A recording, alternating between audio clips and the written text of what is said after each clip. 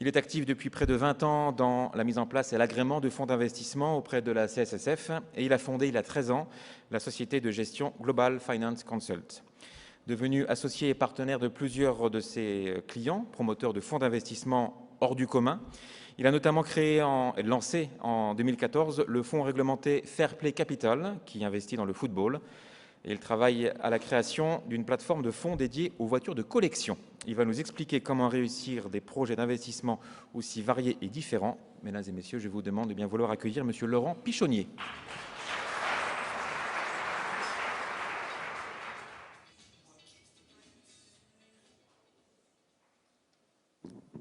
Daft Punk. Daft Punk, c'est seulement 4 albums en 16 ans, mais à chaque fois un événement planétaire. La chanson que vous venez d'entendre a été numéro 1 dans 30 pays. Le duo français a fait une de ses rares apparitions, comme vous le voyez, lors du Grand Prix de Monaco pour le lancement de son dernier album, qui a été récompensé par 5 Grammy Awards. Je vais vous décevoir, ils ne sont pas là. Néanmoins, nous voyons une analogie entre notre méthode de travail et celle des Daft Punk. Et ce n'est pas juste pour le côté fun de nos fonds. Tout d'abord, un album pour les Daft Punk tous les 7 ans. Pourquoi ? Comme ils le disent eux-mêmes, on est en recherche permanente, que ce soit conceptuel ou musical, on prend du recul pour voir si nos morceaux méritent d'être partagés. La création d'un fonds d'investissement dit passion, c'est beaucoup plus de travail qu'on ne l'imagine. C'est d'abord une idée qui doit rencontrer son public. C'est ensuite beaucoup de travail en amont pour valider l'adéquation avec la réglementation. Et c'est enfin une levée de fonds qui est complexe, où l'on doit matérialiser l'intérêt des investisseurs et répondre à beaucoup de leurs questions. Sur le nouvel album, on a vécu avec les maquettes pendant 4 à 5 ans. Si elles nous plaisaient encore au bout de 3 ans, c'est que c'était bon. Être différent et innovant dans la finance, c'est une véritable entreprise. Il faut continuer à croire en son projet contre vents et marées, car entre l'engouement des gens au départ sur votre idée et leur investissement, la réalité reprend souvent ses droits. Il est essentiel d'avoir du recul nécessaire sur votre fonds et garder la tête froide. À titre d'information, les Daft Punk, eux, ont fait monter des ventilateurs dans leur casque.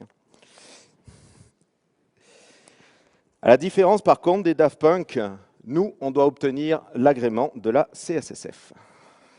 Voilà. Alors, sur l'album du film Tron, j'aime bien ce qu'ils ont déclaré. Ils ont passé 1 an à composer, mais tout a été enregistré avec un orchestre symphonique en 5 jours à Londres. 5 jours seulement. Faire valider à une autorité financière un nouveau concept, ça nécessite de connaître son sujet sur le bout des doigts et de l'avoir conceptualisé CSSF-friendly, comme je dis souvent. Ce n'est pas au moment de l'instruction qu'on doit se rendre compte que les exigences de l'autorité de tutelle vont remettre en cause votre projet ou vont interdire certains aspects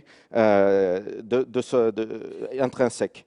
À l'évidence, les dossiers d'instruction vont être totalement différents de fonds standards. On va introduire des procédures complémentaires et spécifiques. On va proposer de nommer des nouveaux prestataires de services pour assurer l'autorité et les investisseurs. On va expliquer les enjeux économiques et souvent répondre à des questions parfois éthiques. On le verra avec le foot. On se doit d'obtenir l'accord au plus vite et c'est la quantité de travail qu'on a fourni en amont qui nous permet de ne pas douter de l'obtention de cet agrément. Alors vous me direz, si on doute, qu'est-ce qu'on fait ? Ben, on ne le fait pas. Alors on va en venir aux exemples. Le fonds de foot, Fair Play Capital. Fair Play Capital, ça nous a pris entre 1 an et demi et 2 ans de conceptualisation et seulement 10 mois d'instruction à la CSSF, quand d'autres sont bloqués encore depuis 3 ans.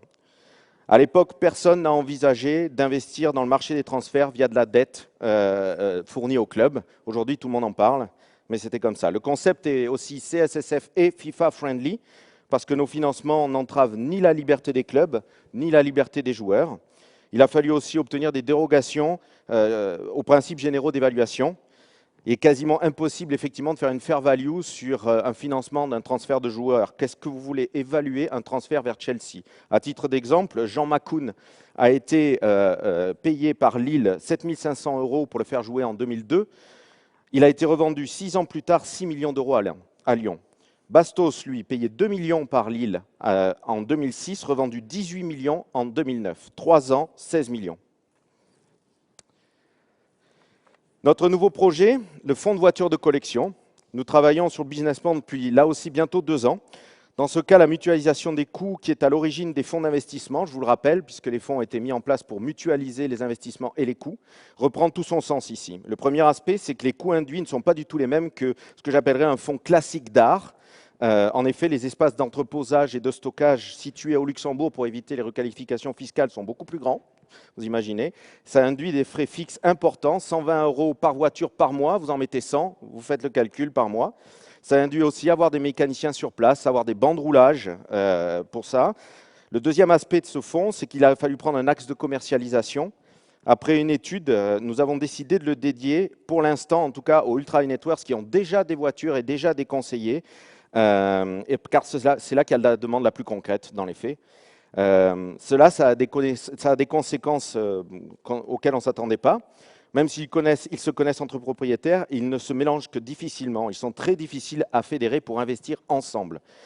Pour répondre à la spécificité de ces investisseurs, il va falloir donc mettre en place des compartiments dédiés par propriétaire. Et pour optimiser les coûts, nous avons recherché une exclusion totale d'AIFM, pour ceux qui connaissent, exclusion à laquelle sur laquelle la CSSF s'est déjà prononcée. Nous avons dû aussi faire des choix. Ce ne sera qu'après une phase d'apprentissage que nous essayerons de l'ouvrir à un plus large public. Pour en finir, et je vais me dépêcher, avons-nous d'autres fonds innovants dans nos cartons? Oui, très probablement, oui. Vous saurez ça bientôt.